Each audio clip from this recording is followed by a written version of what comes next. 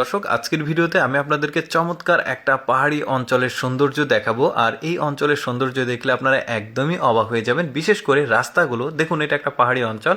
আর এখানে যে রাস্তাগুলো রয়েছে এতটা ভাঁজ তৈরি হয়েছে এই রাস্তাগুলোর, মানে এই পাহাড় তো অনেক উঁচু হয়, আর এই উঁচু জায়গাতে আসলে ওঠা নামা যাতায়াত করা খুবই কষ্টকর।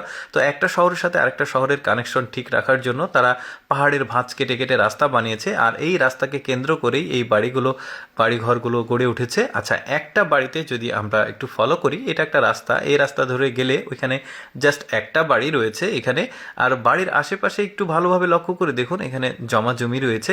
পাহাড়ি জমা জমিগুলো কিন্তু একটু আলাদাভাবে চাষাবাদ করা হয়। একটু যদি আমি আপনাদেরকে দেখাই বা বর্ণনা দিই, দেখুন পাহাড়ের থাক কেটে কেটে ওরা জমি বানিয়েছে। এখানে কিন্তু ধান লাগানো হয়, গম করা হয়।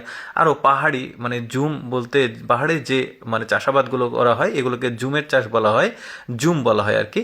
তো যাই হোক, এই যে দেখতে পাচ্ছেন এখানে থাক কেটে কেটে জমিকে প্রস্তুত করা হয়েছে। আর বৃষ্টি হচ্ছে ওদের সবচাইতে বড় মানে ফসল ফলানোর জন্য নিয়ামত। যখন বৃষ্টি হয় তখন তারা এই বৃষ্টির পানিগুলোকে একটা জমি থেকে আরেকটা জমিতে নিয়ে গিয়ে এভাবে ধান লাগানোর জন্য প্রস্তুত করা হয়। তারপরে এই যে দেখতে পাচ্ছেন চাষাবাদ শুরু হয়েছে। এভাবে আসলে তারা পাহাড়ি জমিগুলো চাষাবাদ করে। আচ্ছা, একটা দুর্গম পাহাড়ি এরিয়া দেখাই, মানে আগের যে পাহাড়ি অঞ্চলগুলো দেখিয়েছি এটা কিন্তু আলাদা। এখানে যাবার কোনো